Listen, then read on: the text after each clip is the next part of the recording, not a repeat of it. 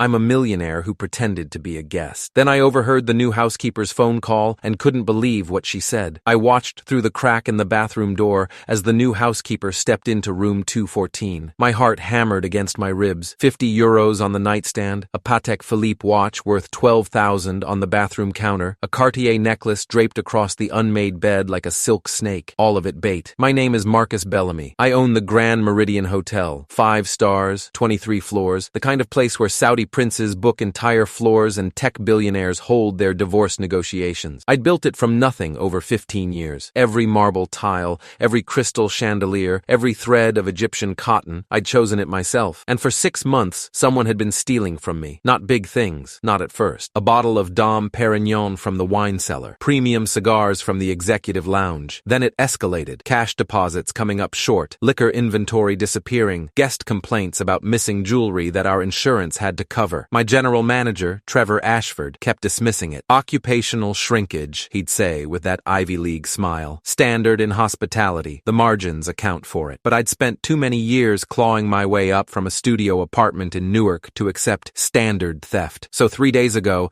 I'd checked myself into my own hotel under the name David Morrison, paid cash, and set a trap in the room where the most incidents had occurred. The housekeeper was young, mid-20s, dark hair pulled back so tight it looked painful. Her uniform was pressed but worn, the kind of worn that comes from being washed too many times because you can't afford a replacement. Her name tag said Elena. She spotted the €50 immediately, froze, looked at the money like it was a spider, then picked up her cleaning cloth and kept working. My chest tightened. Most people would have pocketed it by now. Even honest people. Even I might have, at her age, with her salary. She moved to the bathroom, saw the watch. I held my breath. She lifted it carefully, one hand supporting the band, the other wiping underneath with precision, and placed it back in the exact same position, like she was handling museum glass. The necklace came last. When she reached it, she actually flinched. For a moment I thought she might take it. Her hand hovered over the diamonds, fingers trembling. Then she folded it gently into a hand towel like it was a sleeping infant and set it on the nightstand. Something cracked open in my chest. Something I'd thought I'd sealed shut years ago. Then her phone rang. She jumped like she'd been shocked, fumbled it out of her apron pocket. All color drained from her face when she saw the screen. "Hello?" Her voice was barely a whisper. This is Owen Chen's mother." My breath caught. The voice on the other end was rapid-fire Spanish, clinical and urgent. I caught words: cirugía, deterioro, horas. Elena's legs gave out. She sat on the bed, my $1,500 per night bed, like a puppet with cut strings. "Please," she said, and her voice shattered like safety glass. "Please don't leave him alone. Do whatever you have to. Money isn't—" She stopped, swallowed. "The money isn't a problem." It was a lie. I heard it in every fractured syllable. She hung up, sat there staring at nothing for exactly 5 seconds. Then she wiped her face with the back of her yellow cleaning glove, angry, vicious, like tears were another task she couldn't afford, and went back to cleaning, faster now, like she could outrun what she'd just heard. The €50 stayed on the nightstand, untouched. I sat in my penthouse office that evening, staring at the city lights, my scotch untouched. I'd built walls around myself over the years. Had to. You don't climb from minimum wage to owning a hotel empire by being soft. My first wife had said I had ice where my heart should be. My second wife never bothered with metaphors. She'd just taken the settlement and left. I'd learned to stay uninvolved, professional, detached. But that woman cleaning a hotel room while her child was dying, that woman who wouldn't take €50 when she desperately needed it, she'd cracked something I thought was permanent. "Find out everything about Elena Chen," I told my assistant, Patricia, the next morning. Patricia had worked for me for 9 years. She knew better than to ask questions. By 2 p.m. I had a file. Elena Ruiz Chen, 26 years old, single mother, 7-year-old son named Owen. Father not in the picture. Had left when the diagnosis came. The diagnosis. Owen had a rare genetic condition called Tay-Sachs variant, progressive neurological deterioration. Without intervention, most children didn't make it past 10. There was a surgery, experimental but promising, being done at Mount Sinai by a Dr. Rebecca Klein. $78,000, not covered by insurance. Public waiting list for the procedure, 9 to 11 months. The neurologist's note in the file, forwarded from Elena's caseworker, was clinical but damning. Patient likely has 4 to 6 months before significant irreversible deterioration. Surgery delay beyond this window significantly reduces efficacy. Owen didn't have 9 months. I sat with the file for 3 hours. $78,000. I'd spent more on my car, on my watch collection, on a single night's entertainment for Saudi clients. But I'd spent 15 years building walls. walls, staying cold, because caring meant vulnerability, and vulnerability meant getting hurt. I thought about Elena's hand hovering over that necklace, how it had trembled, how she'd folded it into a towel instead. I made the call. Dr. Rebecca Klein's office was all chrome and glass, overlooking Central Park. She was younger than I expected, early 40s, sharp eyes, hair pulled back in a no-nonsense bun. "Mr. Bellamy," she said, shaking my hand. Her grip was firm. "Patricia said you wanted to discuss a private case." I slid Owen Chen's file across her desk. She opened it, read for 90 seconds, looked up. "You're not family," she said. Statement, not question. "No. Then why?" "Because his mother is honest," I said, "and honest people shouldn't be punished for it." Dr. Klein studied me for a long moment, then nodded. "I can schedule him for next Wednesday, but Mr. Bellamy, this surgery has risks. There's a 15% chance of complications, 5% chance of significant neurological damage. I need informed consent from the legal guardian." "You'll have it. And the payment?" "Wire transfer. Today. Full amount plus $20,000 for post-op care." Her eyebrows rose slightly. "That's generous. It's necessary." She closed the file. "I'll have my surgical coordinator, James Whitmore, reach out to Ms. Chen directly. We'll handle it delicately." "Thank you." She walked me to the door, then paused. "Mr. Bellamy, most people who walk through that door want to save someone they love. You're trying to save a stranger's child. That says something." "It says I'm tired of being cold," I replied. I told Elena myself, called her into my actual office, not the fake guest persona anymore. When she walked in, she looked terrified, probably thought she was being fired. "Sit," I said. She sat on the edge of the chair like she might bolt. "Your son Owen," I began. "I know about his condition." All blood drained from her face. "I swear I've never missed work.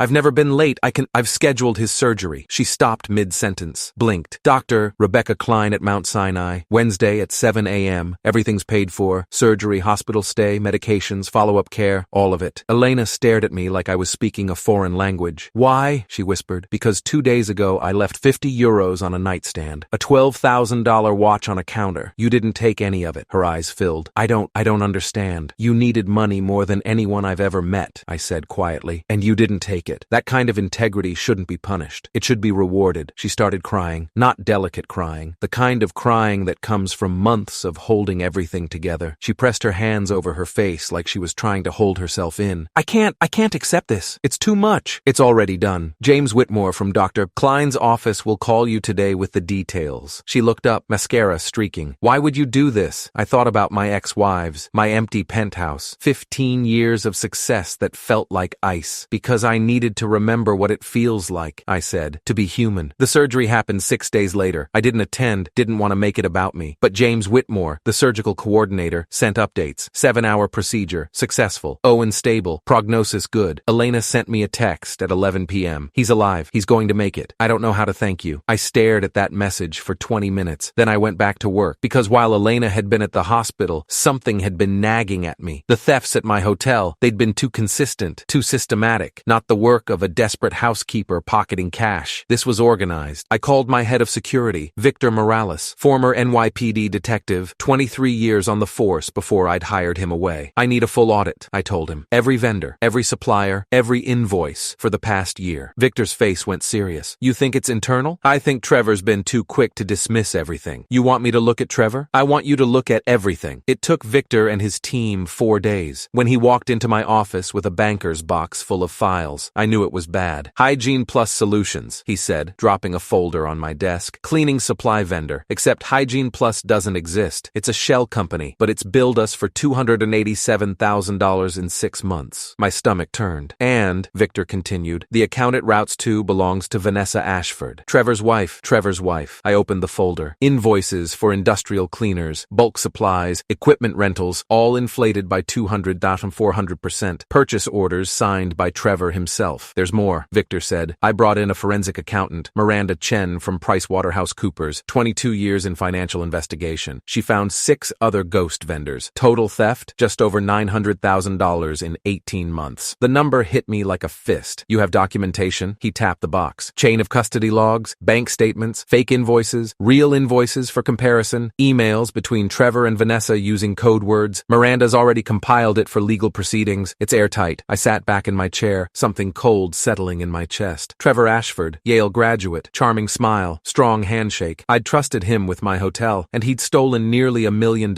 "Do we have enough to press charges?" I asked. "Miranda says yes. She's already contacted Assistant District Attorney Michael Porter. He handles white-collar crime. He wants to meet. Set it up. ADA. Michael Porter was everything I expected. Mid-40s, gray temples, suit that cost less than my tie but fit like armor. We met in his office in Lower Manhattan, windows overlooking the courthouse. Mr. Bellamy, he said, shaking my hand. Victor briefed me. This is substantial. Miranda Chen laid out the evidence. Bank statements. Shell company registrations traced to Vanessa Ashford's maiden name. Emails where Trevor referred to invoices as packages. Text messages between Trevor and Vanessa discussing delivery schedules that matched invoice dates. Porter studied everything for 45 minutes. This is prosecutable, he finally said. Wire fraud, embezzlement, conspiracy. We're looking at 5 to 10 years minimum if convicted. What do you need from me? Don't confront him. Don't tip him off. Let us execute a warrant, seize records, and bring him in for questioning. If he knows we're coming, he'll destroy evidence. I thought about Elena cleaning that hotel room while her son was dying, about her not taking 50 euros, about Trevor stealing $900,000 he didn't need. He's at the hotel right now, I said. How fast can you move? Porter smiled. It wasn't a nice smile. I can have detectives there in 2 hours. I watched from my office as 2 plainclothes detectives entered the lobby. Detective Sarah Martinez and Detective James Park, both from financial crimes. Victor had met them at the door, led them up the staff elevator to Trevor's office on the 12th floor. My phone buzzed. Victor's text, going in now. 15 minutes later, my office door opened. Victor walked in first. Then Detective Martinez, tall, sharp-eyed, carrying a leather portfolio. Then Trevor. Trevor's face was white. His expensive suit looked like it was strangling him. Marcus, he said, voice tight. What's going on? These detectives— Sit down, I said. He sat, looked at me like I could fix this. Detective Martinez opened her portfolio. Mr. Ashford, I'm Detective Sarah Martinez, Financial Crimes Division. I need to inform you that we're executing a warrant for your financial records related to vendor transactions with the Grand Meridian Hotel. She slid a document across the desk. Trevor picked it up with shaking hands. Read it. His face went from white to gray. There's been a mistake. Marcus, tell them. Hygiene Plus Solutions, I said quietly. Your wife's company. His jaw worked. I don't know what you're talking about. Detective Park spoke for the first time. We have bank records showing $287,000 transferred from Grand Meridian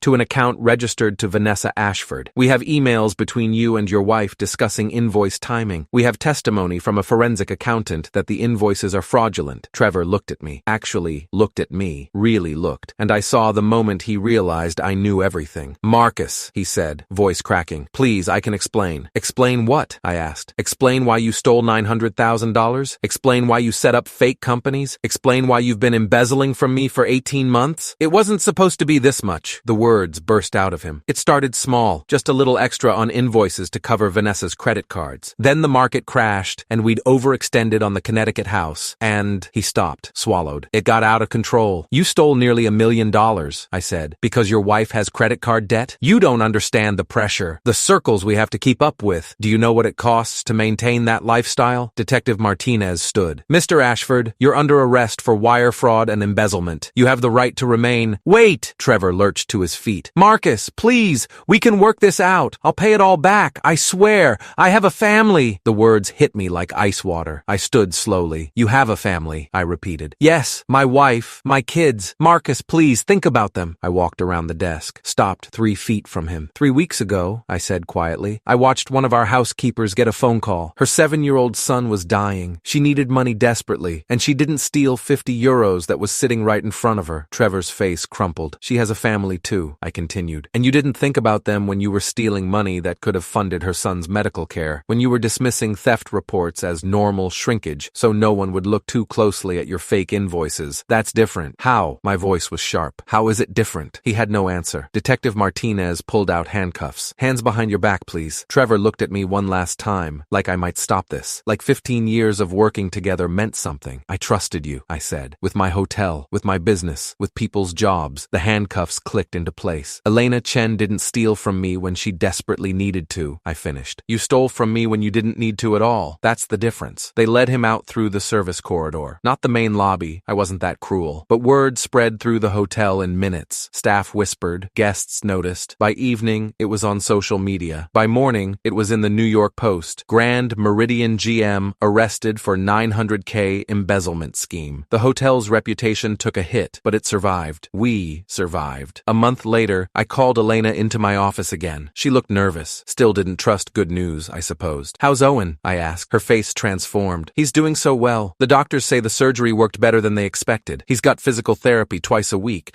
but he's laughing again, playing. He drew you a picture. She pulled out a crayon drawing from her bag. A stick figure man in a suit standing next to a stick figure boy. The man was labeled Mr. Marcus in wobbly letters. My throat tightened. Tell him I'll hang it in my office. I will. She paused. I heard about Trevor, about everything. Word travels fast. I'm sorry it happened. I looked at her. Really looked. She'd gained a little weight. The hollows under her eyes had filled in. She looked like someone who could sleep again. Don't be sorry, I said. He made his choices. You made yours. She smiled. Small, but real. After she left, I pinned Owen's drawing to the wall behind my desk, right where I could see it every day. That evening, I stood at my penthouse window with my scotch, looking out at the city. My phone buzzed. A text from Dr. Klein. Owen's 6-week scan looks perfect. You saved that child's life. I read it 3 times. Then I thought about Trevor, sitting in a cell, facing 5 to 10 years. About Vanessa, probably hiring lawyers and blaming everyone but themselves. About $900,000 stolen because they had to maintain a lifestyle. And I thought about Elena, who didn't take 50 euros when her son was dying. Money doesn't reveal character. Desperation does. And the people who stay honest when they're desperate, those are the ones worth 1,000,000 of those who steal when they're comfortable. I finished my scotch, hung Owen's drawing on my wall, and finally understood what 15 years of success had cost me, and what one phone call overheard through a bathroom door had given back: my humanity.